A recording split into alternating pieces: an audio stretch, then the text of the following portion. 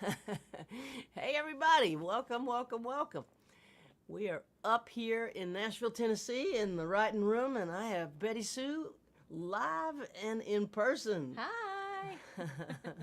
It is Sunday. It is April 24th. It's 2 o'clock Central Time, and we are live. We haven't done this in a couple of weeks. It's good to be back. Thanks for joining us. Appreciate everybody hopping onto the stream. So Betty's in town because you're doing a show tonight with James McMurtry at the City Winery. Yeah.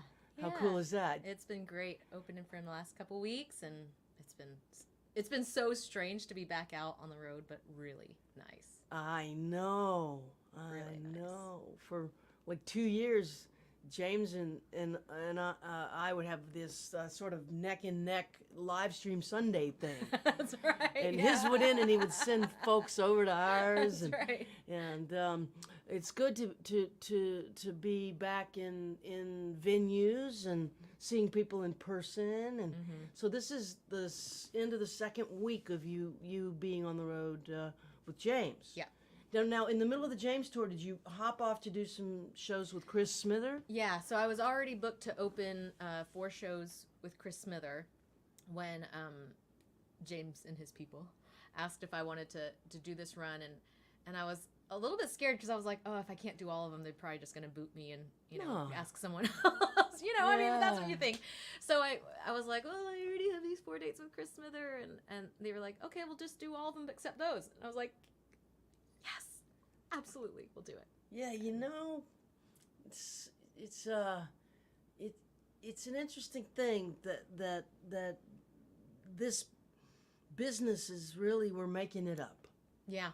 So you can't open them all, and open some of them. Yeah. We're making it. There's not like a rule thing that you Right. have to do it all. Of course, I can understand your concern. Like, oh no, if I don't do them all, they want somebody for the whole run. Right. Makes it easier for, advancing shows and all that kind of stuff, and just to know what to expect every night, but no, they were so nice, and so I'm doing this run with James, which tonight's the last night, and then we'll do a few weeks in June together with his Yay. band, so. That'll be a full band. This is a solo acoustic show for both of you, right? Yeah. And the next run in June will be full band. Mm-hmm. And with James, that's a 4-piece? James, that is a 4-piece, yeah. Mm. Yeah. So that's a van, and That's a van, yeah, and I'll be following along in my little car. it's the good old days again, in a way. Yeah, oh my gosh, and I didn't think that I forgot, but when I finally got into the rooms again, I realized I forgot what it really physically felt like to sing into a room like that. To hear the sound all over and to kind of be bathed in that sound of the guitars and the voices, and man, there's nothing like it. I know, and to trade energetically with people in a room it's just a indescribable high. Yeah. When it starts taking off and really clicking, it's like everything in my soul comes into focus, and I'm deeply connected to purpose, and I'm extremely present, and I'm also not present. I become one with the song in a way. Me too. For about 3 minutes at a time, I forget anybody else is there. Yeah. And yeah, I think your description of taking off is exactly right, because it is like you leave on this little journey together. You go on this 90-minute vacation or whatever, with these people in the room. I know, it's a beautiful thing. Jamie and I last week were in Woodstock, New York. Beautiful. I know, it's really nice, and we wrote songs with Amy Helm, Levon Helm's daughter. I saw that. I saw it online. I was like, Yeah. whoa. Yeah, and Amy and I have been co-writing for a really long time together. And then we played a show at Levon's Barn. Amazing. And did a songwriting workshop there. And it was their first workshop ever there, right? that's their first yeah, workshop. Amazing. And it went beautifully. So we're going to make that an annual thing, I think. That's great. Yeah, it was very emotional for me in the barn. I just felt this sense of rightness that when you feel that rightness, like this fits. Mm-hmm. Like this is where I want to be in the whole world right now. If I could pick anywhere, I want to be right here, right now. That rightness, it just almost brings you to tears. That standing in purpose, in the right place at the right time, surrounded by the right people. Yeah. It's such a sacred moment. It is. It is. Yeah. That's so great. I know. I was so excited when I saw those pictures. Yeah, I know. We had a really nice time at the barn. It's a beautiful place. And it is, hallowed halls. They're doing an event there in a couple of weeks with Mavis Staples. So Mavis will return to the barn. And there's a record that Levon and Mavis are both on that was recorded, a live show recorded at the barn that's going to be coming out soon. So there's a lot. That's exciting. Yeah, there's a lot happening over there. So there was that, and then we came home, and I've been writing songs, a lot of songs with young people through this publishing deal that I signed in Nashville. So I'm writing with young artists, co-writing, and that's been a real learning curve for me, an experience which I really have enjoyed. Yeah, that's great. I honestly have been having some fun with it. Just to, I've never taken writing as a job. Right. Like it's what I do, but I don't do it daily. Uh-huh. I do it when the spirit moves me or when I really feel like I have something to say. But because I signed a publishing deal, now it's my job. Right. And so I go to work and sit down and co-write. Yeah. And does it feel any different to have somebody else's interests vested in your productivity as a writer? Yes, in a good way for me. Now, some people find it overwhelming and it's hard for them. For me, I wouldn't have written my book if I didn't have a publishing deal. Right. Because it's so hard to write a book. But they gave me a contract, I signed it, they gave me money, and then I had to give them a book. Right. And so that's how the book got made, And now as I signed, they gave me a contract, I signed it, they gave me money. Now I have to give them a certain number of songs per year. Right.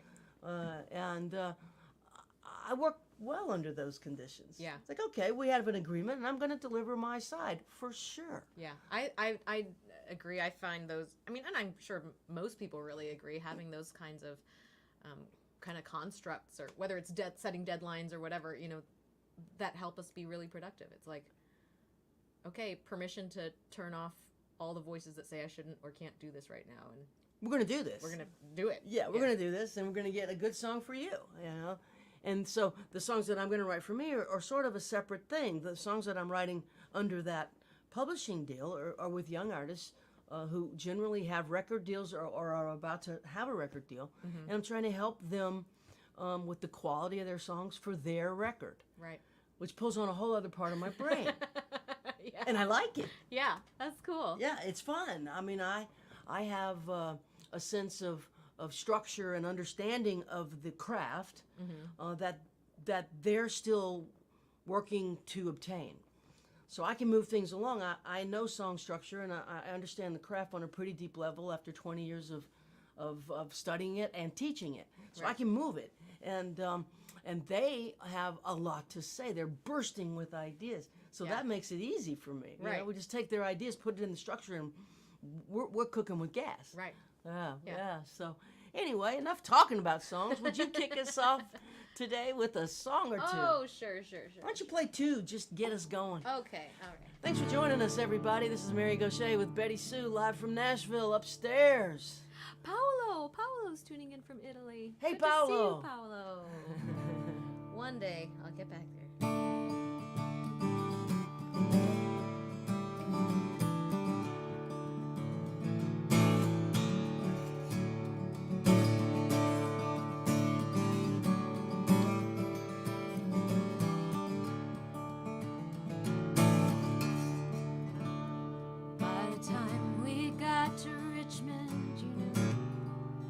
Somewhere else. My mind was reeling down a different road. You could see through how I felt. By the time we pulled into Charlotte and threw our bags on the bed, you hadn't said a word in hours. Torn my nails to shreds.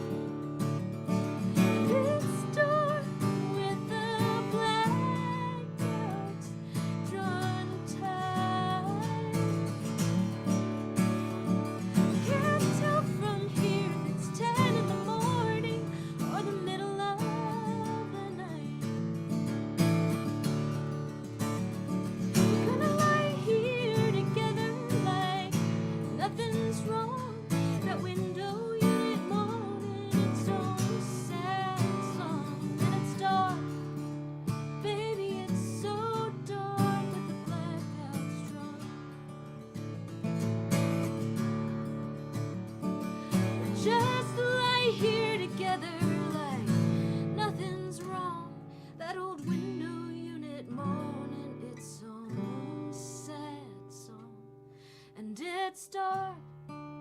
Baby, it's so dark with the blackouts.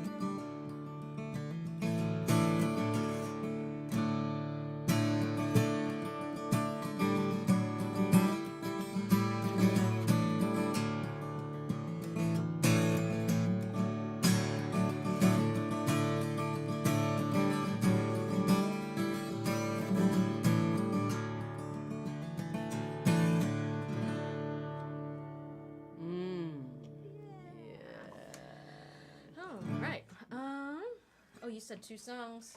Yeah, that's lovely, and it sounds so good on that old Gibson too. I love that guitar. And this guitar was neglected for many years in my house. Because once I started touring a lot and, only wanted to bring one guitar, that was kind of my guitar. And then, in the pandemic, I was like, oh, I can play as many instruments as I want because I don't have to haul them anywhere, They don't have to be put on an airplane. Yeah, or just carried in and out of hotel rooms and venues every day, But I brought 2 guitars on this tour, and every day I've questioned if it was a good idea. But Well, they have 2 different natures. I can already see that. This is that was a Gibson, old Gibson from '65. Yeah, and this is a Taylor early 2000s, and a good friend of mine bought it for me as a present. I mean, generous present. That's a good friend. And I've really enjoyed putting it in these open tunings. So What tuning are you in now? this is open B. Open B. I never have ever touched a guitar in open B. Carol, it's Sounds important for cool. each guitar to have a friend so it doesn't get lonely.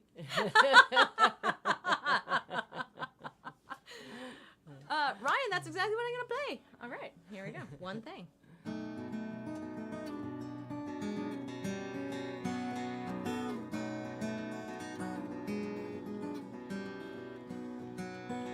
Johnny's broker than hard up. Church mouse is better fed. Less than nothing's what he's got. Everything is in the red. On the corner with a box of tools. Jobs won't come his way. No one picks him up, but the bad luck blues. He'll be standing there all day. He's got one thing. He's got love. He's got one thing. It's one thing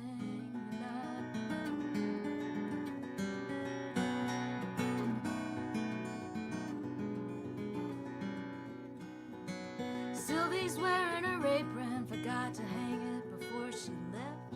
Wore it all the way home on the #1 bus, tied around a thin black dress. On the couch, the lights low, smoked enough to feel alright. Knock on the door means Johnny's come, so passed her daddy into the night. She's got one thing. She's got love. She's got one thing. It's one thing enough.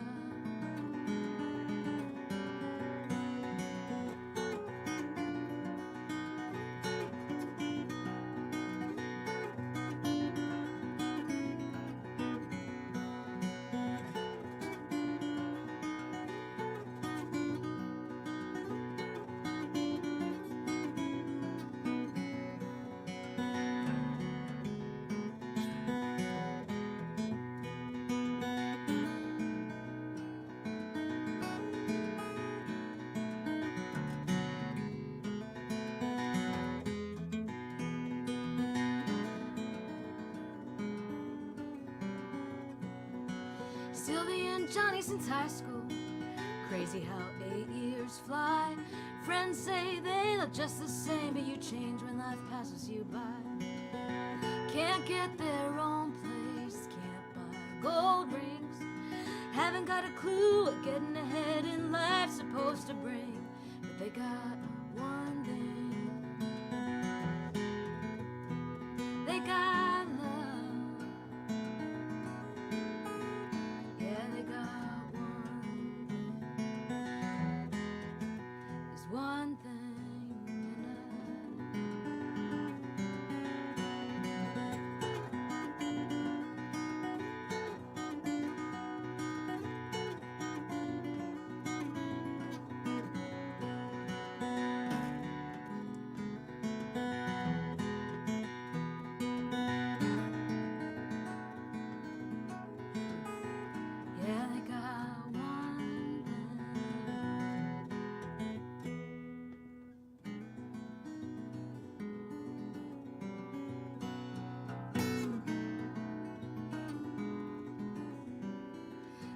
one thing enough.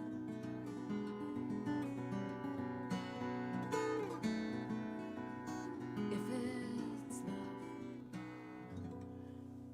Forgot I have this Band-Aid on. And I kept going. You're flying around the neck with that Band-Aid on your finger in open B. I'm kind of in awe. How did you learn all those moves in open B? Just by using your ear?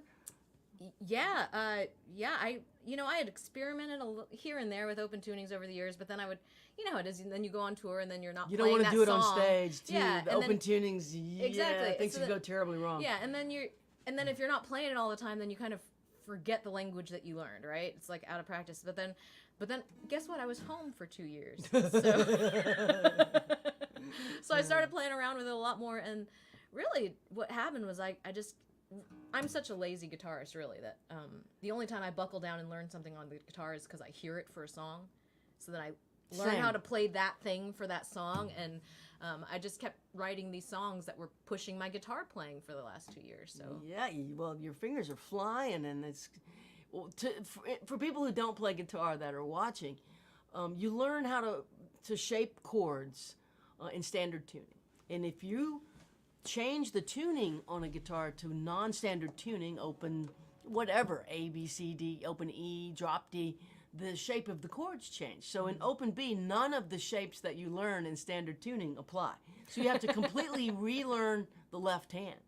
yeah, it's like code switching. You know? It's totally different, and you hear different things, and there's different tones, and that's why people do it. Right. It can jolt a song out of you because it's different than where your hand normally goes. So it sounds different. It can open a passageway to a song that you couldn't get to any other way. Exactly, because you might hear certain intervals, certain things that if you tried to play it in standard tuning, you'd have to, have one finger here and one finger up here, which is not possible. You can't do For it. me.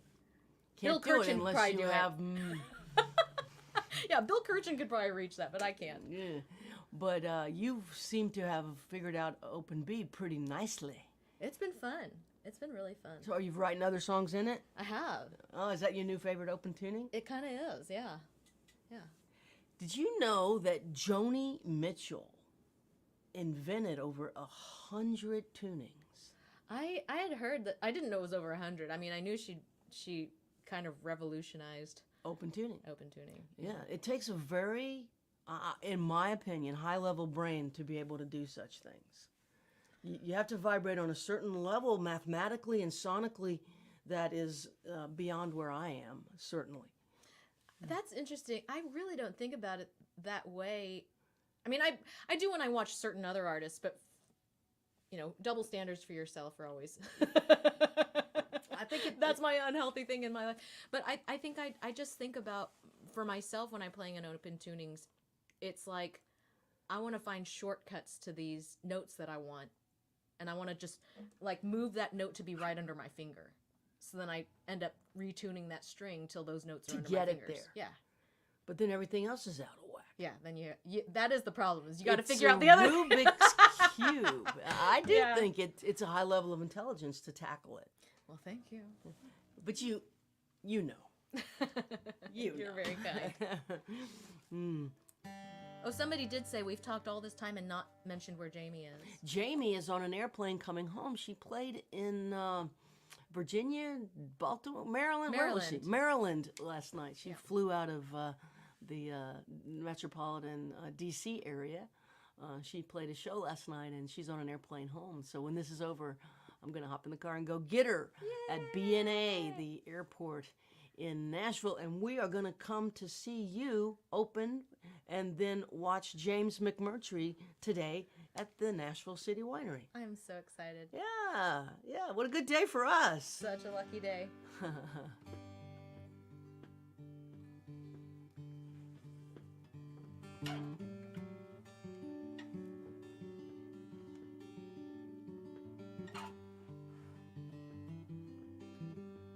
At the bottom of my tears, on the backside of my fears, at the center of the pain, I hear my voice call out your name. Days go by, nothing works. I can't believe how much this hurts. And I don't know where you are. It's dark enough to see the stars. Dark enough to see the stars. It's dark enough to see the light in an ocean black and deep. In the middle of the night, as I hold on to your love, like those lights from up above, I have drifted out so far. It's dark enough to see the stars.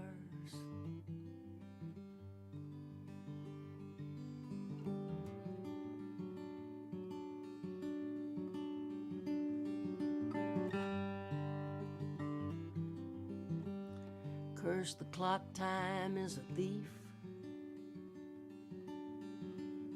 Every life it measures brief. Every child is born to die,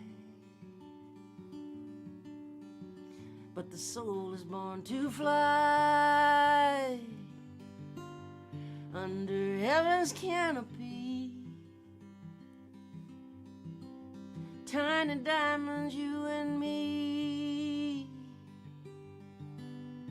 Lightning bugs inside a jar. It's dark enough to see the stars. Dark enough to see the stars. Dark enough to see the light in an ocean black and deep. In the middle of the night, as I hold on to your love, like those lights from up above, I've drifted out so far. It's dark enough to see the stars. I've been carried out so far. It's dark enough to see the stars.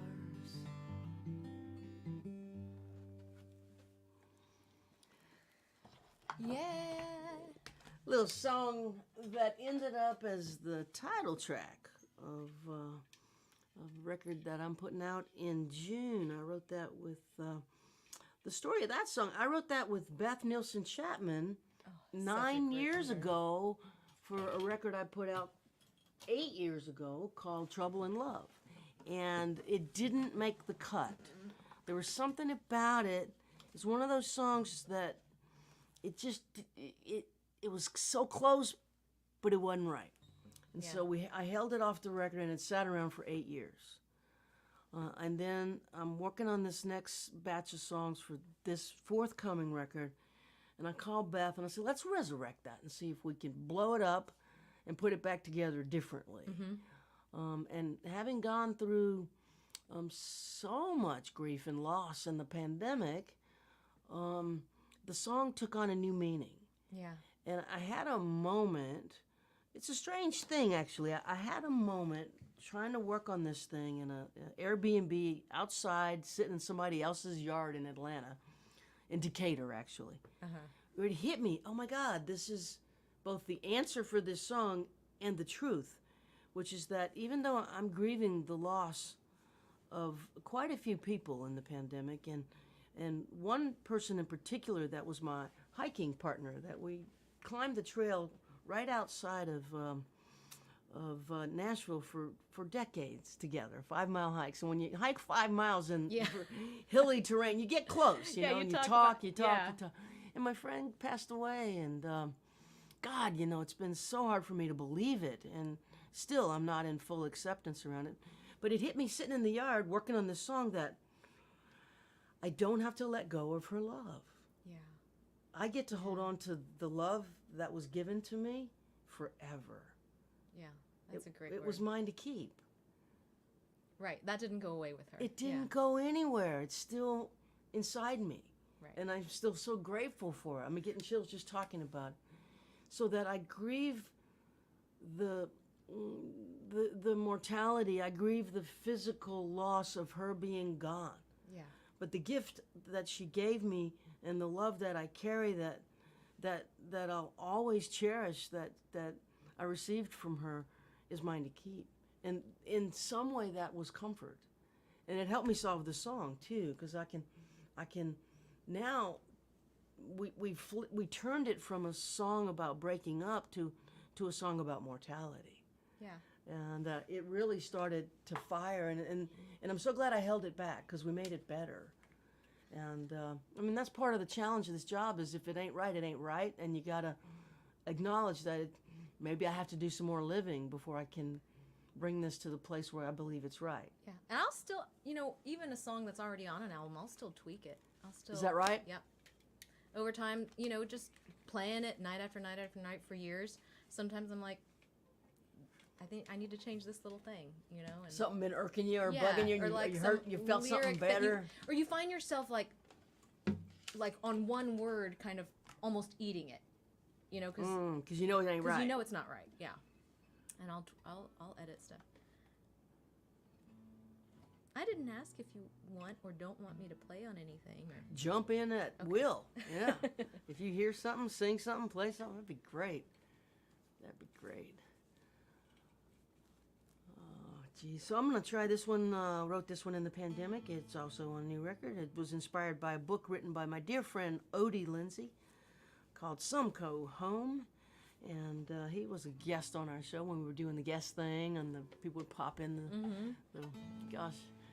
the window, and that was an interesting part of the pandemic, wasn't it? I loved it. The guest appearances on each other's shows. That was fun because we stayed connected. Yeah, more connected than in normal times.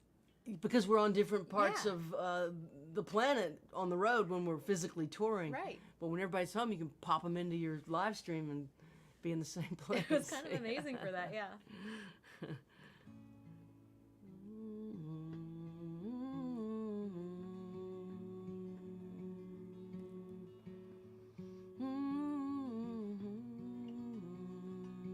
All right, I got it.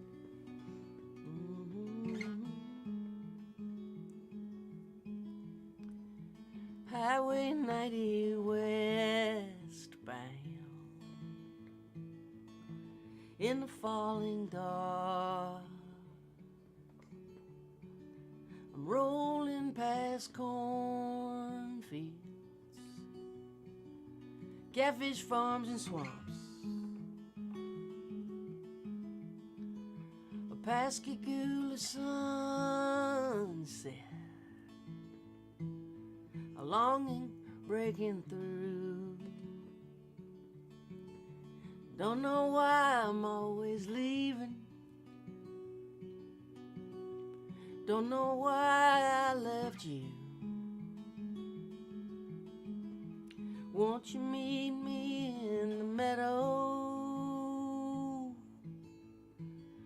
We can look up at the stars, lean into the wind, dream again. Find out who we are. Won't you meet me in the meadow? No more alone. We could lay down in the grass till the feelings pass, then go home.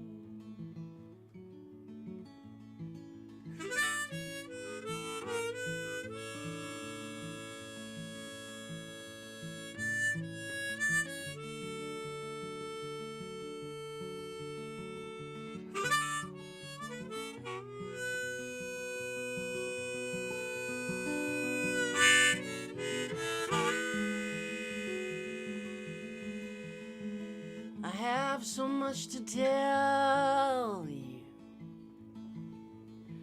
Babe, I'm ready to come clean. I'm so tired of running from things I cannot leave. You and me and Mississippi, battled, beautiful and scarred, in need of forgiveness and the grace of God. Won't you meet me in the meadow?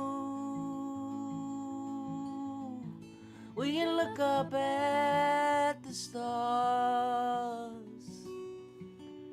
lean into the wind, dream again, find out who we are. Won't you meet me in the meadow? No more alone.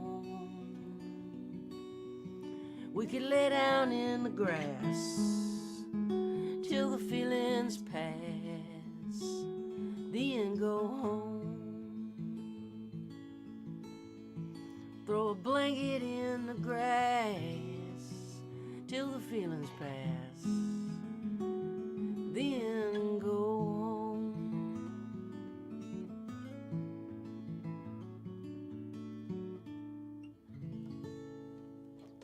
Yeah, that was sweet. So pretty. Good to hear you singing in there. It's fun. Oh gosh, so what are you doing? Are you in the process of writing songs, or you said you might be putting out a demo of songs that you've been writing since your last record? Yeah, so I haven't put out a solo record in a long time, which is honestly, it's part of the reason why a couple years ago I started my Patreon, and because I had signed up for a Patreon account and then I didn't launch it for like 2 years or something because I just felt unsure about it, and but then so many people were like, well, you haven't released any songs and we're hearing them live, but we can't hear buy them anywhere, yeah, you know? Yeah. And so I was like, okay, well, for the people who are actually interested in hearing them, I'll sign up on Patreon and then you can hear all of those songs, because I've been recording the whole time. I just, I've had, like a lot of us, a lifelong struggle with depression, and I realized that once the creative part or the art part of a project is done, and then it's just hiring publicity and putting an image, The business part. the business part of it, which I love working. Like, it's not that I have an aversion to You work hard. the business part of the work part of business, but it's just The music business part. I start getting into a kind of a spiral of hopelessness, honestly, right before an album is released. Like, oh, I'm going to spend all this effort and time on trying to get people to notice it for what? And so then I kept getting depressed at that point and not releasing records. So I kept making a record and then not releasing it, making a record, not releasing it. And actually, Curtis McMurtry actually kicked my butt a little bit and was like, you just need to put something out there, That's James McMurtry's son. Yeah, who's amazing, and you guys need to be his fan. But but he pointed out that I had all these really great demos, work tapes from before I recorded, and some of them still aren't recorded. And I was like, well, I don't know where to start. And he goes, send me a Dropbox. I sent him a Dropbox of like 70 or 80 songs. Oh wow, you're really sitting on songs. I know. And what kind of generous friend is okay with receiving that? That's It's a big sweetheart. That's yeah. a big thing to take on. He helped me sequence these 15 songs into a record. He wrote the liner notes, and so I've made What this a friend. Yeah. such a good friend. So I made this physical only record of demos, and the first 250 copies I hand printed, hand glued, did this whole art project on it. And I took them on the road on this run. This was the first time I brought them out with me, and they're gone. They're gone. Can people get them on your website? Yeah, so you can get a non-hand printed, a regular version of it, But on only the website. only hard copies. Only So hard copies. you No want- Apple Music, no Spotify. You want 15 original BettySoo songs that are not on a studio record. She made these demos, and they're available on her website, and the songs are extraordinary. They're really, really good. Thank you. Maybe this is a way to go for you. You know, Total DIY and be in a relationship with the audience and not the business. yeah, Because the business is pretty soul crushing. it is. You know, but then I've had a lot of, the fans are half of what, this whole contract is that we do with what we do. Like, it's in service to the song, and it's in service to people who need the music. Yeah, and the people who are interested in what we're coming up with. right, who need somebody else to, or want somebody else to shape some words and a melody around the feelings that are hard to express. That's our job. Right. Songs are what feelings sound like. Exactly. And I realized part of the whole deal with, doing the publicity machine and all of that kind of stuff isn't because we want to be stars, but it's to make it easier for them to share their enthusiasm for something. And for people to find us if we're what they're looking for. Right. So I decided that this demo CD will be kind of a fundraiser for maybe the next studio I album. think you should make a studio album and then figure out Or release some of these things I've been how sitting you, on. you make it and then figure out what to do with it. Yeah. Then figure out the next part. Yeah. But I think that the songs want to be in the world. I think that's And right. so getting them there, there's so many choices now. I mean, we're it's an embarrassment of riches, and it's also overwhelming because we are surrounded by media. There's nothing but media. Everywhere you Nothing. look is Everywhere. media, and it's overwhelming. Yeah. And that can be extremely confusing.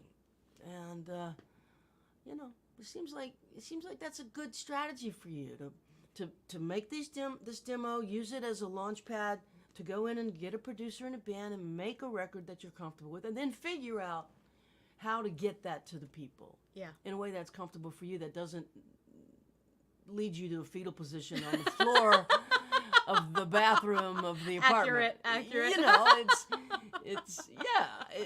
There's so many levels of service that we are asked to sign up for. I mean, let you in on some of the inside stuff as I look at the camera and talk to the people who are listening on the stream. Like, you can pick a publicist that costs $100,000 a month, Right.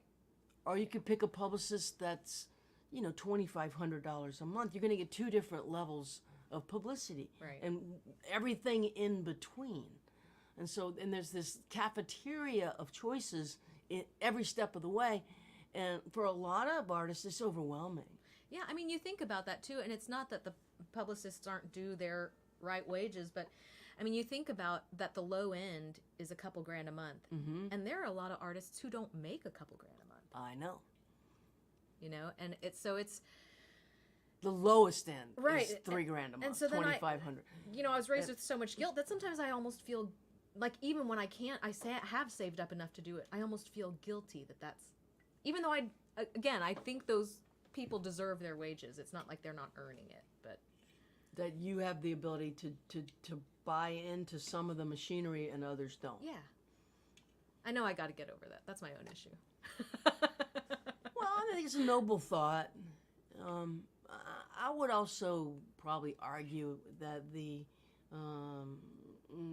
songs want to be heard, and so as their parent, you have an obligation to them too. Yeah. Yeah. Send them to college. Send them. Get them out of high school anyway. What you got for us? Oh, am I up again? Okay. Yeah. I like this 2 and 2 thing. Gives you a little chance to get some momentum going. Yeah, I spent a bunch of time binging. One of my good friends and favorite songwriters is Michael Fracasso, and I was binging his music the other day, and I was like, I think I figured out this song, and it's one that I've always loved, and since it mentions Tennessee right in the first line. Let's do it.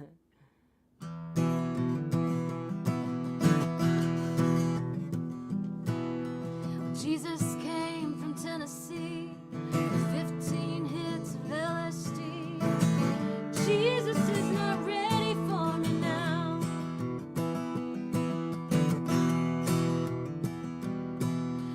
When I hear those church bells ring, God only knows that love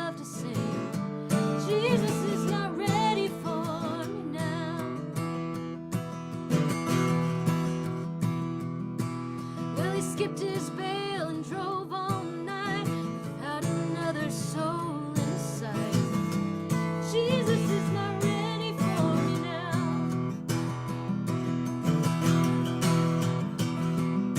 I'm going back to Oklahoma, see my mom and pa.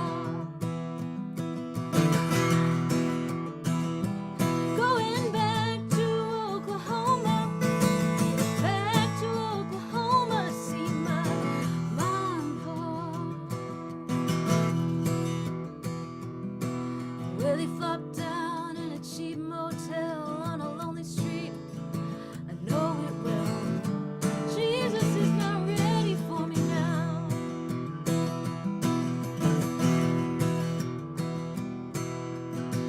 Always known to have his fun, especially when it came to women, money, and guns. Jesus is not ready for me now.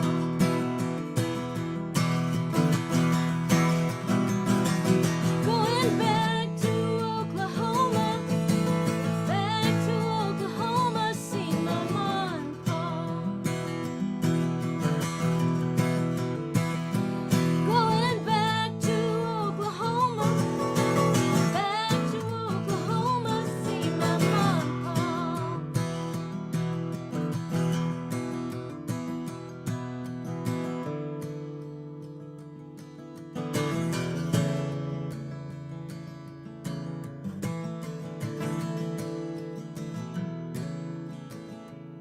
Well, Jesus, he was my best friend.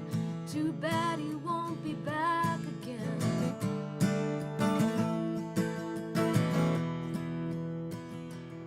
Well, some say he was a real good guy. Some say he was born to die.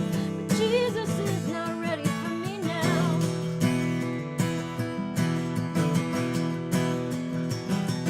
Going back to Oklahoma, see my mom and pa.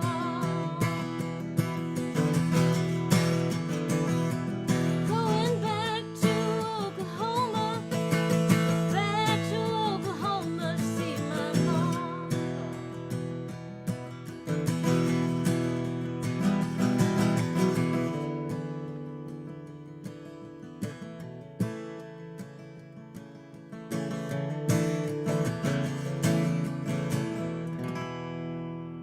Oh yeah, He's so good. He's so good. Picasso. That's a really cool song. It's so good. Jesus came from Tennessee with 15 hits of LSD. The first time I heard that line, I was like, Who thinks that way? I know. He's a good one. That Michael, he's good. He can cook too, man. He's a foodie. He is. Yeah, back in the before times, there were a couple times that Michael and I got together and we would get on Concert Window. Remember when that was a I streaming thing? remember Concert Boy, Window. they gave up just at the wrong time, didn't They they? quit like 20 seconds before heaven.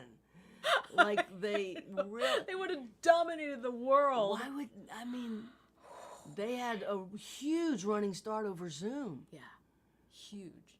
and they quit right before the It was a way of live streaming before the word Zoom was in the vernacular, and we would sign up for it at certain venues who had Right. agreed to do the live stream through Concert Window, but nobody. And you had could do this- it at home, you know? I mean, you could send out a concert from home. And so you could do it, but nobody was really doing it yet, so it wasn't common wisdom, and Right. they went bankrupt and gave up, and then the pandemic hit, and Zoom and StreamYard came rushing in to fill. in that void, yeah. But he and Wow. I would sometimes do a little cooking show where he'd like show you how to make one of his dishes. Oh, he's such a good cook. And then we'd sit down and basically eat and play songs for a Oh, little no, while. that's great. It was really fun. It's like a little reality TV cooking show yeah, it was so fun. at home with Betty and Michael. I know there were so many people who thought we were a couple because of that, and I was married at the time. Oh. Oh gosh. Okay, let me think. What do I want to do? Oh, you know what? I'm gonna do this song. because I can, and because it's actually one that I forgot existed. Until Curtis pointed out that it was missing from Your pile? my pile. Oh. Thank God for him.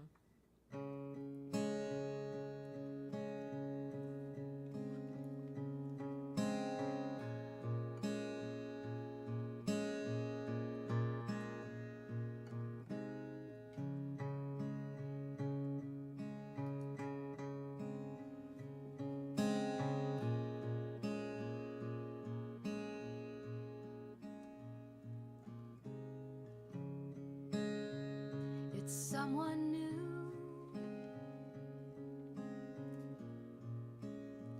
charming the smile out of you. Don't say it isn't true.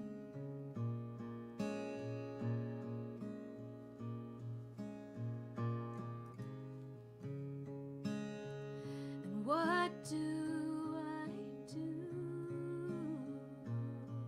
if the light's gone out for you? You found someone new.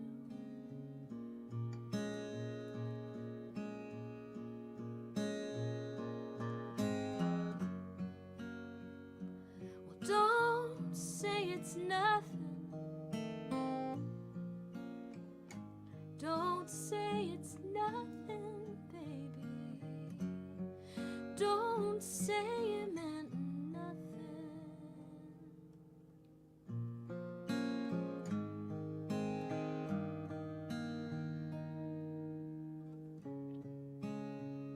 Just one night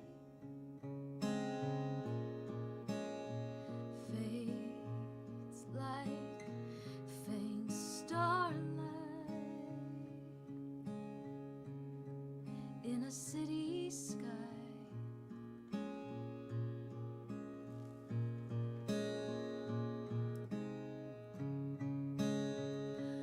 Wrong and right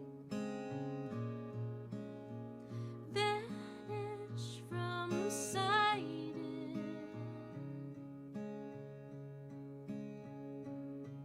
Just one night.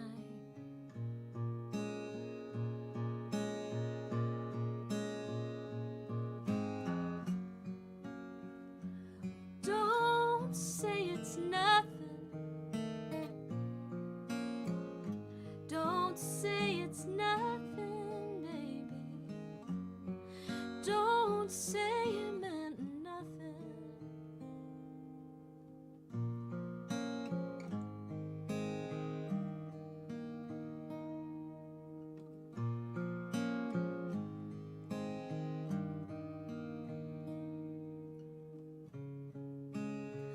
Well, I woke up and the moon was disappearing.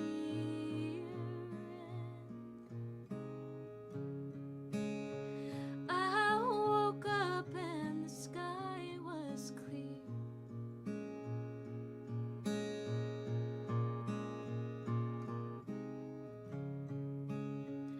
I woke up and you still weren't here.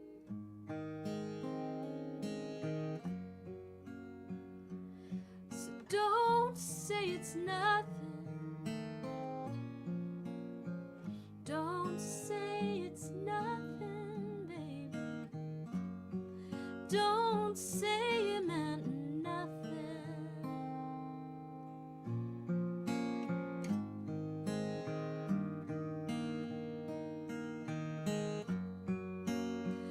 Don't say it's nothing. Don't say it's nothing, baby. Don't say it meant nothing.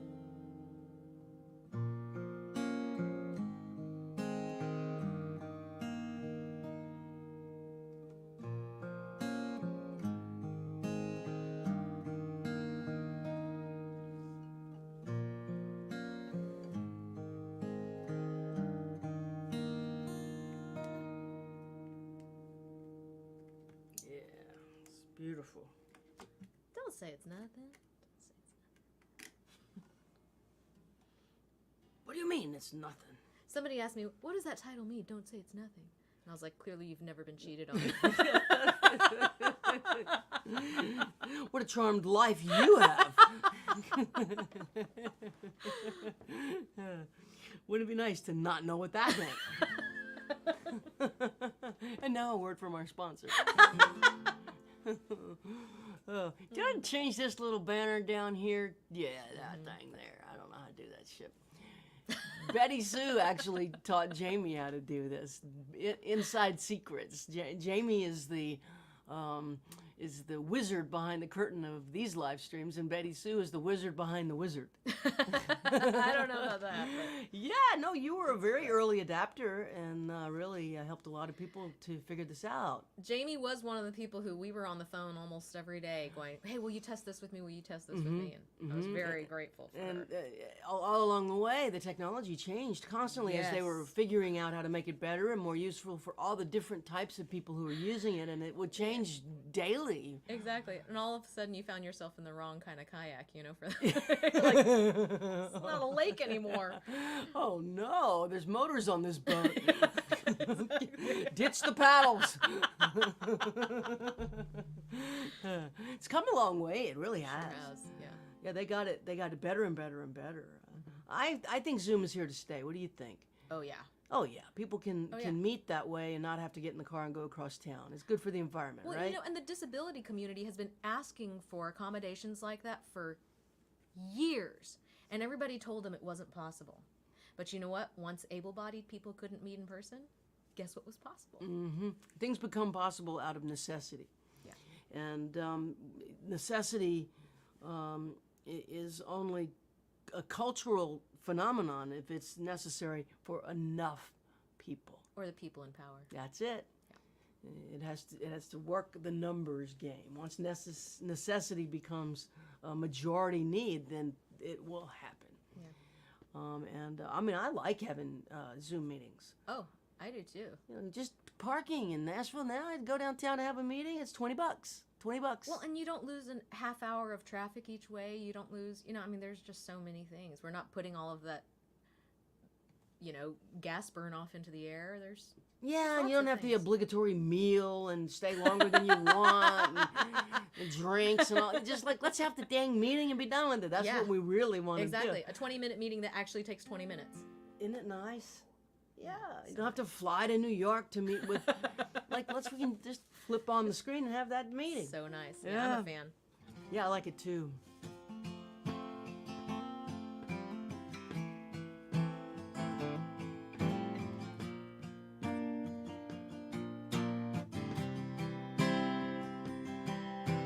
Bicycle bells on Rembrandt Street, Spanish shoes on a stranger's feet, newsbar caps, old Dutchmen, an alley cat with a Cheshire grin, sailors' bars, old cafes, cobblestone carriageways, kisses in the summer rain, falling back in love again.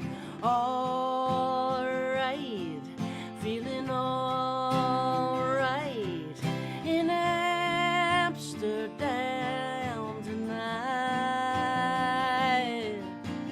All right, feeling all right in Amsterdam, Amsterdam tonight.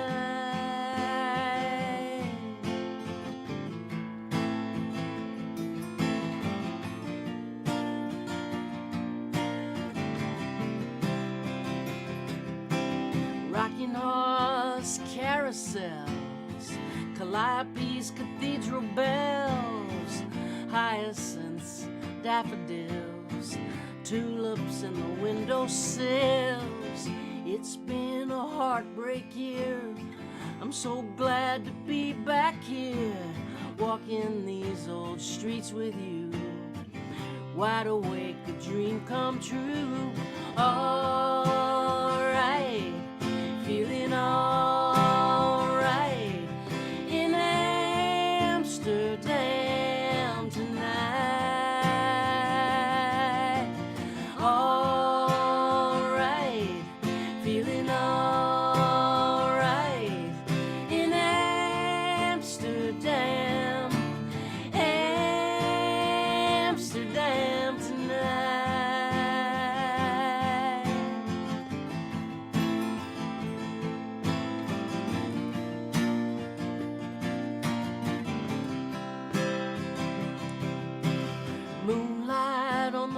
square.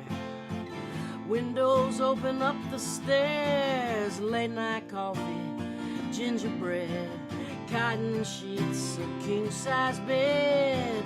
None of this is gonna last, all of it is gonna pass. But I look into your eyes and see I got everything I'll ever need, baby. All right, feeling all right in Amsterdam tonight.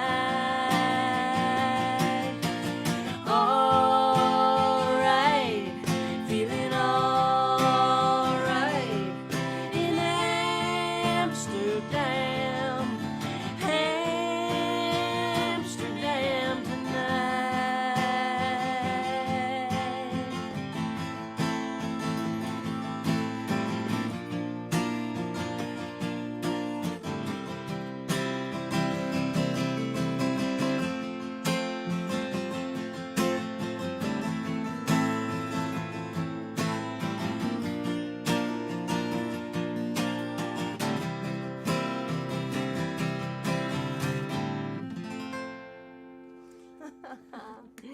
That sounds great. I love having you sing. How much fun am I having? So fun for me. Oh, Jamie's gonna be so jealous. She wants to be with us here so bad, but she's on a plane working. Oh my God, she sent us a message before the plane took off. How could I not be there with you and BettySoo? It's hard choices, and they're all good. Good I know. choices. That's a pretty lucky life. We're very blessed in that way. Yeah. We've got a lot of choices, and they're all good. Yeah. Thankful for that. I'm going to read a quick passage here. How much time do we have left? Oh, we have time. So, for those of you who haven't seen it, this is the cover of my book. This is the galley, actually. And I'm going to read a quick passage from the book because I really like reading from the book when I do the shows. And this is a passage that is the story of my first time on stage with an original song or any song. It's my first time to take a stage. And I came to songwriting much later in life. I got sober when I was 27 years old, and I was in the restaurant business. I was a chef cooking in a restaurant in Boston. And the restaurant was right next door to Berklee College of Music. And so an awful lot of my customers were people who were students at Berklee, and a lot of my employees were also students at Berklee. And we taught a lot of the teachers and stuff. So there's a lot of music, business studies, instruments all over the restaurant all the time. Mm-hmm. And I really wasn't aware of that when we opened the place at all. I wasn't a musician. I wasn't a songwriter. I was a restaurateur, and the place came available. I wasn't even conscious of Berklee being next door, to be honest. Separate universe kind of thing. Separate universe. Yeah, we're looking for a affordable place, and it was a Jewish deli, and the owner passed away. And so I took over the deli and slowly converted it into a Cajun restaurant. And it became the Dixie Kitchen. We called it the Dixie Kitchen. And I got arrested for drunk driving, opening night of that place. And I got sober. That was July 1990. I've been sober ever since. A couple of years into my sobriety, a waitress that was a Berklee College student brought me to an open mic. And it was at Club Passim in Harvard Square. Yeah. And when I saw her on that stage, it was a light bulb in my brain just screwed in. It was like a syntax connected. It was like, oh my God, I want to do that. Mm-hmm. I want to do that. I want to write a song and play on the stage of Club Passim. I'm gonna do it. I want to do it. I had never written a song. I had a guitar, but I hadn't played it in years. I went home after that sort of lightning bolt, burning bush experience. I started to develop calluses, restrung the guitar, and I started going to that open mic every week and watching what they do. and try to work on my original song while working in the restaurant all day. So this is a little passage that takes place around that time. Sitting in that little wooden cafe chair in Passim that night, I knew I wanted to write a song and play it on that sacred stage. When I got home, I pulled out my old Ovation round-back guitar. I hadn't touched it in years. I had a pack of strings in the case, so I restrung it. I began fumbling with simple chord changes. Over the next few weeks, I built calluses on my fingers and began working on a song. I went to Passim every Tuesday. Songwriters showed up, signed up, and when their name was called, they played. From my seat in the back of the room, it seemed relatively simple and quite easy. Weeks went by, and I kept working on my song, my hands on my guitar for hours until they ached. I wrote and rewrote. I played in front of a mirror.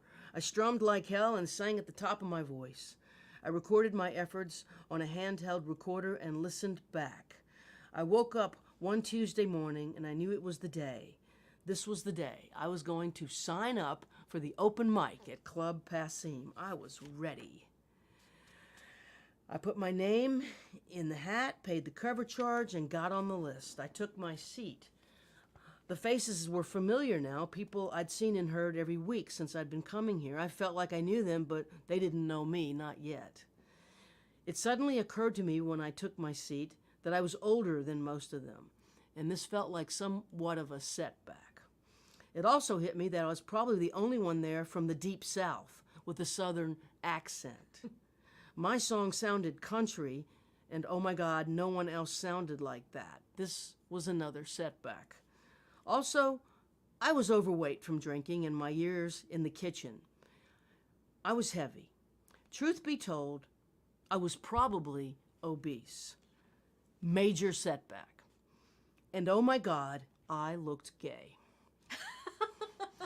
I was definitely the gayest looking person in that room. These people were going to hate me. Clearly, I'd made a horrible mistake being the only fat old Southern queer to play this New England folk open mic. I considered bolting out the back door, but the host was calling out the names for the next round, and I heard Mary Gaucher. I was not prepared for what happened next. My heart began to pound wildly. I stood up to get my guitar, and my legs shook. They barely worked. The closer I got to the stage, the worse it got. My heart banged like timpani drums of doom in my ear. I made it onto the stage, grabbed a chair, and I sat down. My hands clenched my guitar for dear life. My entire body was vibrating. I closed my eyes and tried to take a deep breath. I forced myself to reopen my eyes, look up, and look out. People were bored. No one noticed my terror. No one cared. Holy shit, I was first. I took a deep breath, fought the impulse to run, forced my shaking hand onto the guitar to form a chord, then forced my other hand to strum. I started to sing. I leaned into the mic too much, and my teeth bumped against it. I pulled back hard and banged the guitar against the instrument mic. It exploded. People in the front table grabbed their ears. My song, the one I'd worked on for months and practiced hundreds of times in front of a mirror, vanished. I could not remember a single word. I froze. My face went red. Years went by. I apologized. I mumbled, sorry, so sorry. The room offered me a weak splattering of encouragement. I shook my head no. I pass.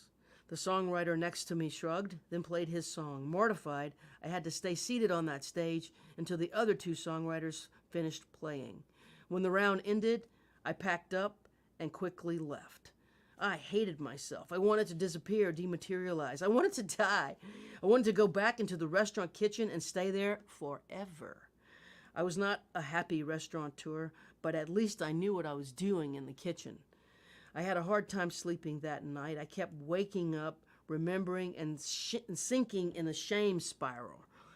The terror I'd felt in those excruciating minutes was beyond any fear I'd ever experienced. Stage fright felt more life-threatening than the time I'd had a loaded .357 pointed directly in my face by a lunatic in a pickup truck in a Baton Rouge biker bar parking lot. I heard two distinct voices in my head. The one critic who screamed that the song I'd worked on so hard was horrible, it sucked, I sucked, and the hell with it, that voice said, better you should kill yourself than ever stand on stage again. But there was another voice, the soft one, that whispered, you might do better next time. It suggested that the bully in my brain might be a wee bit of an overreaction. It said, lighten up, Mary, you're just getting started. Practice your ass off, bring it to Passim next Tuesday, and just get through a whole song. This will be your goal. I totally remember reading that story and loving it. I mean, and everybody can identify with that, really. Did you have stage fright in the beginning? You know, I've never really had that much stage fright, but on stage. It's more like if I'm in a private place, you know, or if somebody tells me to busk, or if somebody's having a birthday party and they're like, hey, would you sing a song? Let's have BettySoo sing a song. Yeah, then I'm like totally frozen because what I think is, well, nobody else wants to hear that. That's not what they came here for. You know, if I'm on stage, I'm like, that's what they came here for. I'm okay with that. Although I will say an open mic is way more nerve-wracking than a show. It is, because everybody's there to play their song. They Right. don't really care about everybody else's song. Right, and you only get one chance. And that's it. You get one song or two songs, you know, at some places. But it's such a useful way of developing what I call gig toughness. Absolutely. It makes you strong. Like, you have to I learned you have to wear down the fear. Absolutely. And just wear it out till it's defeated. And you come to this understanding that I'm going to do this no matter what. Yeah. And so the fear just, in a way, is not sustainable, because the will to do it is superseding it. And that's kind of how I ended up being able to do this. It just wore out the terror. But it takes a lot of effort, and it takes persistence and a commitment to overcoming that. Yeah. But I think you're onto something when you say the stage fright is actually the brain assessing what other people are thinking about you. Yeah, because I think they're totally two different muscles. I mean, because there are some people who, you throw them in a room of strangers and they're fine. They can navigate it. They can have conversations with anybody. They're not feeling shy or, you know, whatever, or they can get past it. And then you stick them on stage and they're terrified, right? Public speaking. That's a normal person for the and most for me, part. It's the other public way. speaking is not at all that scary. But you throw me into a room of strangers, and I've got 400 voices of negativity fighting who can tear me down the fastest. I have a similar personality type. I think it's an extroverted introvert.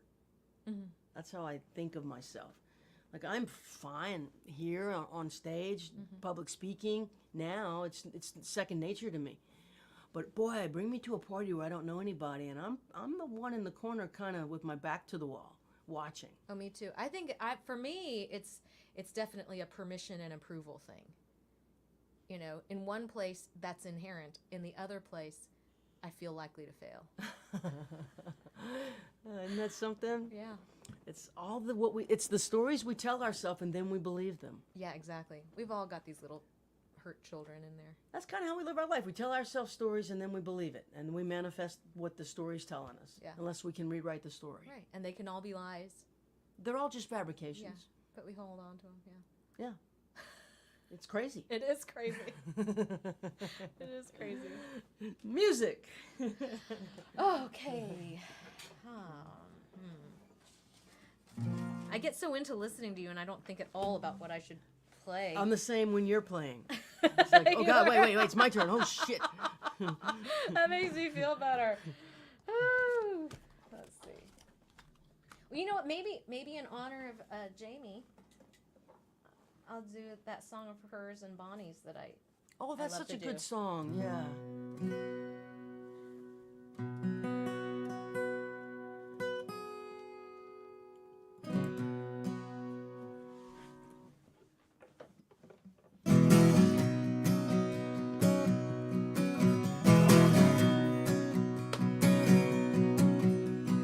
We first met, it was sickly sweet. Looked at you and you looked through me.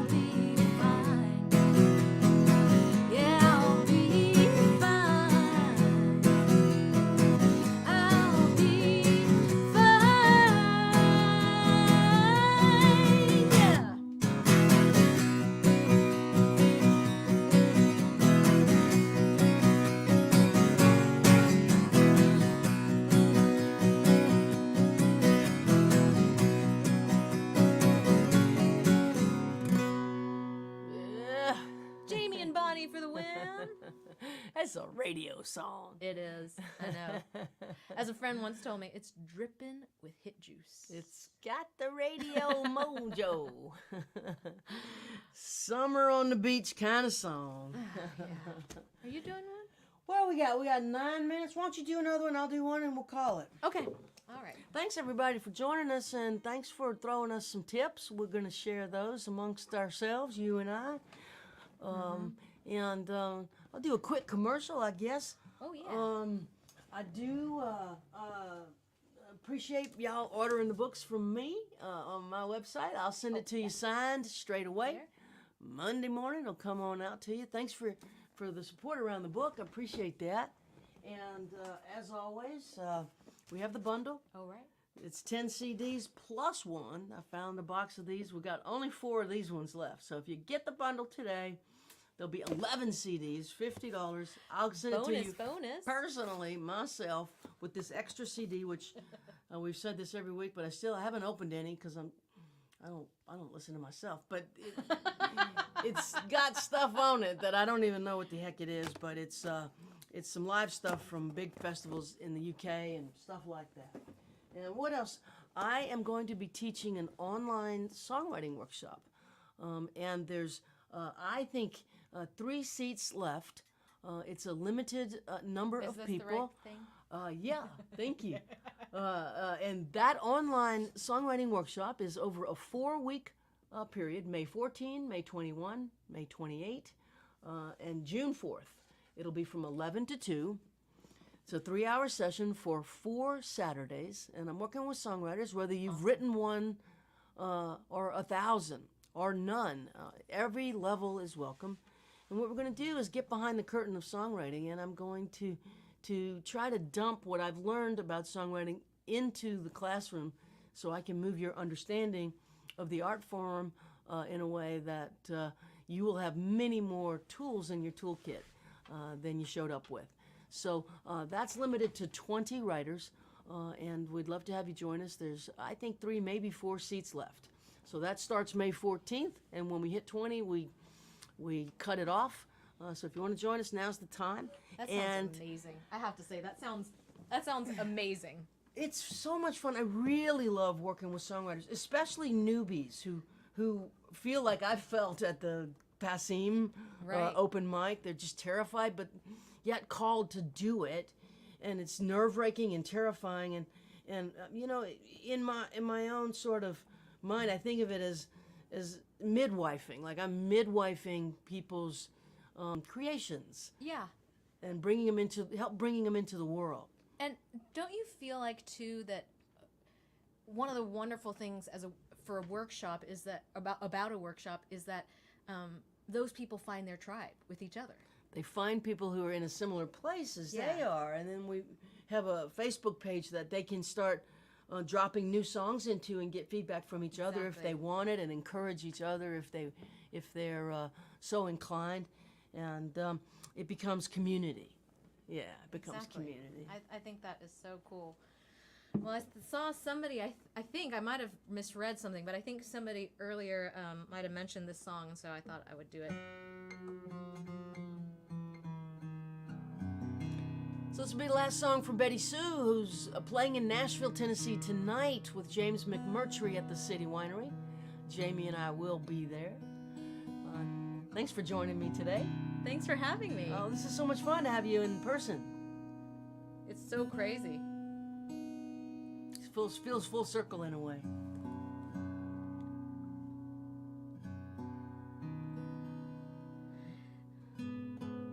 Well, I had a conversation with someone I really love, a friend who's in her late 70s, and you know, she's taking care of her mom and in last days. You know, she's looking at very last days, and she told me that now that she was facing the fact that her mom was going to go, she realized that there are a million decisions in her life that she wished she could change. Not that they were bad decisions, not that the decisions she made were bad, but that she was so afraid of upsetting her mom for 78 years Oh my goodness. that she felt like she had wasted her life.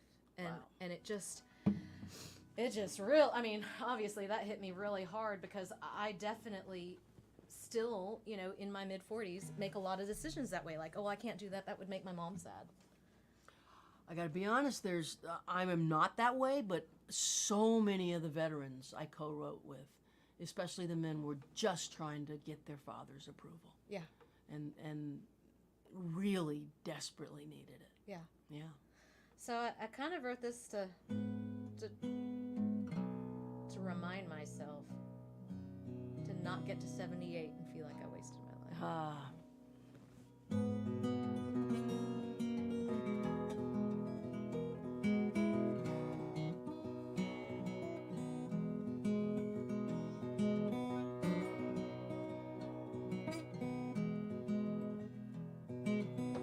Sing a one last song, graveside, quiet as a prayer.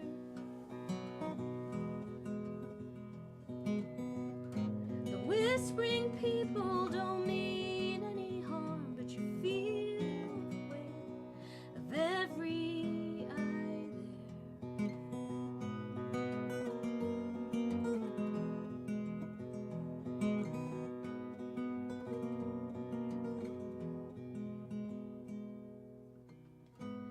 Let loose your hand full of dirt and a daffodil, bright as morning's birth. It's hard to describe how the memories hurt, so send them down with her deep into the earth. And find your way back. Find your way back to. Find your way back to the land of the living. The land of the living.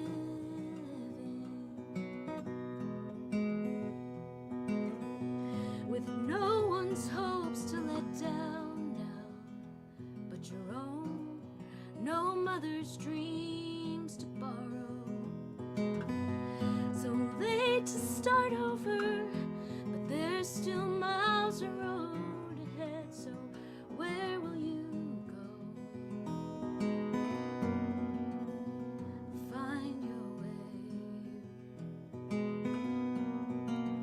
Find your way back to. Find your way back to the land of the living.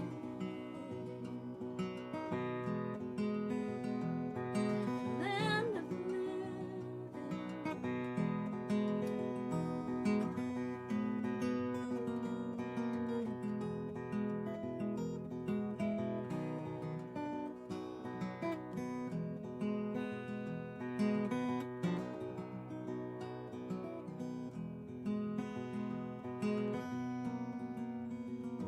As if you ever knew what it'd be like to belong to just you. As if you ever knew the land of the living. The land of the living.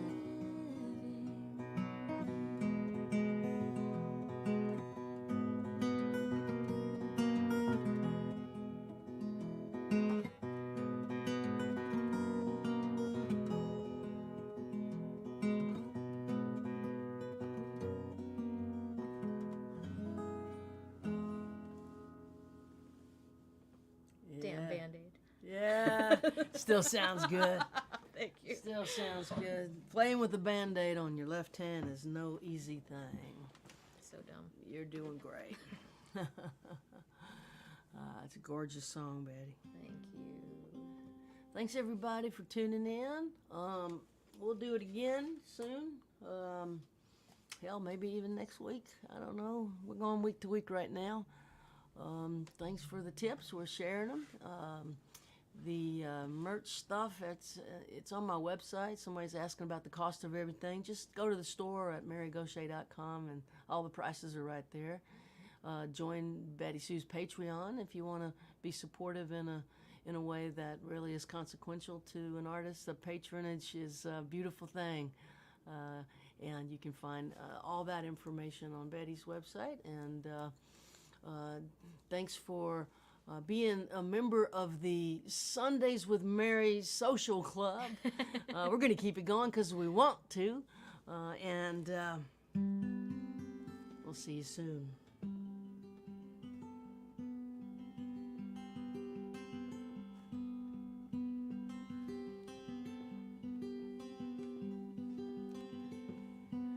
May eternity hold you in the hollow of her hand.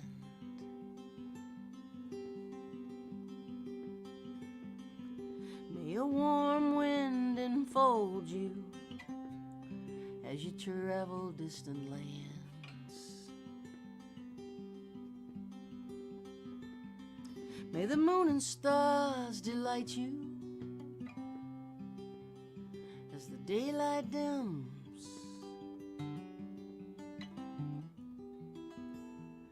Till the morning sun warms your face, till I see you again.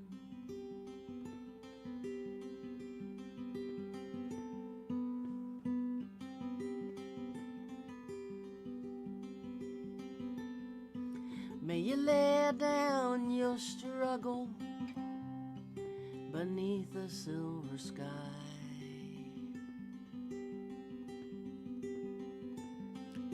May a summer rain inside your dreams sing a lullaby.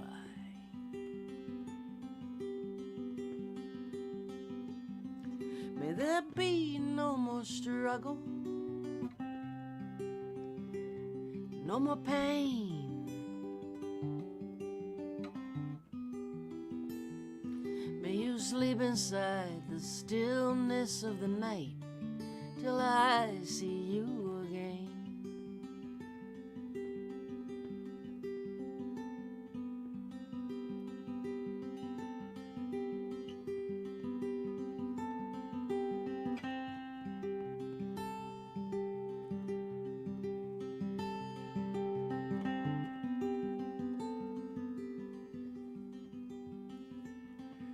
May you never be a stranger. May you never feel alone.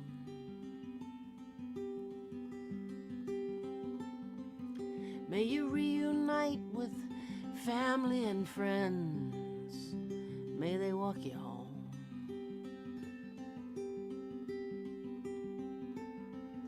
May love embrace you in a dance that never ends.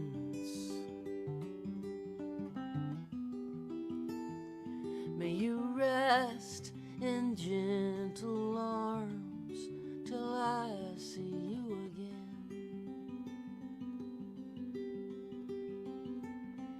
May you rest in gentle arms till I see you again.